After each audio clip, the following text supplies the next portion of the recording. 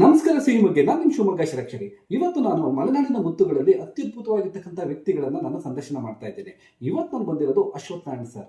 Ashwath Narayan sir Shirdi silk ಸೆಕ್ಟರ್ನ ಮಾಲೀಕರು ಹೌದು.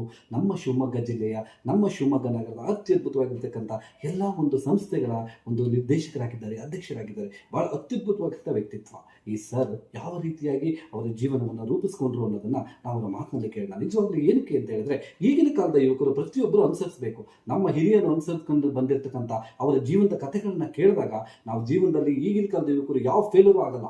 ಅವ್ರನ್ನ ಅಳವಡಿಸ್ಕೊಂಡಿರೋದು 10% ನೀವು ಅಳವಡಿಸ್ಕೊಂಡ್ರೆ ಸಾಕು. ಈಗಿನ ಯೂತ್ಸು ನಿಜವಾಗ್ಲೂ ನಿಮ್ಮ ಜೀವನದಲ್ಲಿ ಫೇಲರ್ ಅನ್ನೋದೇ ಇರಲ್ಲ. ಅದಕ್ಕೆ ಹೇಳೋದು, ಪ್ರತಿಯೊಬ್ಬ ಹಿರಿಯರ ಕಥೆಗಳನ್ನ ಕೇಳಿ, ಅವ್ರ ಜೀವನದಲ್ಲಿ ಅನುಭವಿಸಿರ್ತಕ್ಕಂಥ ಅನುಭವಗಳನ್ನ ಕೇಳಿ, ನಿಜವಾಗ್ಲೂ ನಿಮ್ಮ ಜೀವನ ಬದಲಾಗುತ್ತೆ. ನಮ್ಮ ಕಾಲದಲ್ಲಿ ಇಂಥ ಹಿರಿಯರು ಇದ್ದಾರೆ ಅನ್ನೋದೇ ನಮಗೆ ಇದು. ಅದಕ್ಕೋಸ್ಕರ ನಾನು ಮಲೆನಾಡಿನ ಮುತ್ತುಗಳು ಅಂತ ಹೆಸರಿಟ್ಟಿದ್ದೀನಿ. ಪ್ರತಿಯೊಬ್ಬ ಶಿವಮೊಗ್ಗದಲ್ಲಿರ್ತಕ್ಕಂಥ ಪ್ರತಿಯೊಬ್ಬ ಹಿರಿಯರು ಮಲೆನಾಡಿನ ಮುತ್ತುಗಳು. ಆ ಮುತ್ತುಗಳನ್ನು, ನನ್ನ ಶಿವಮೊಗ್ಗದ ಮಲೆನಾಡಿನ ಮುತ್ತುಗಳಲ್ಲಿ ನಾನು ನಿಮ್ಮನ್ನು ಸಂದರ್ಶಿಸುವುದು ನಿಜವಾಗ್ಲೂ ಅದ್ಭುತವಾದ ವಿಚಾರ. ಯಾಕಂದರೆ ನಿಮ್ಮ ಮನೆತನ ಆಗಲಿ, ನಿಮ್ಮ ನಿಮ್ಮ ಮನೆತನ ಶಿವಮೊಗ್ಗಕ್ಕೆ ಕೊಟ್ಟಿರುವ ಕೊಡುಗೆ ಬಹಳ ಅದ್ಭುತವಾಗಿರ್ತಕ್ಕಂಥದ್ದು. ಯಾಕೆಂದರೆ ಗೋಪಿ ಸರ್ಕಲ್ ಹಿಂದೆ ಶೀನಪ್ಪ ಶೆಟ್ಟಿ ಸರ್ಕಲ್ ಆಗಿತ್ತು. ಎಷ್ಟು ಅದ್ಭುತವಾದ ಕೊಡುಗೆಗಳನ್ನ ನೀಡಿದ್ದೀರಾ, ಅದನ್ನು ನಿಮ್ಮ ಬಾಯಲ್ಲೇ ಕೇಳಬೇಕು ಅಂತ ಆಸೆ ಸರ್. ನೀವು ಹೇಳಿ.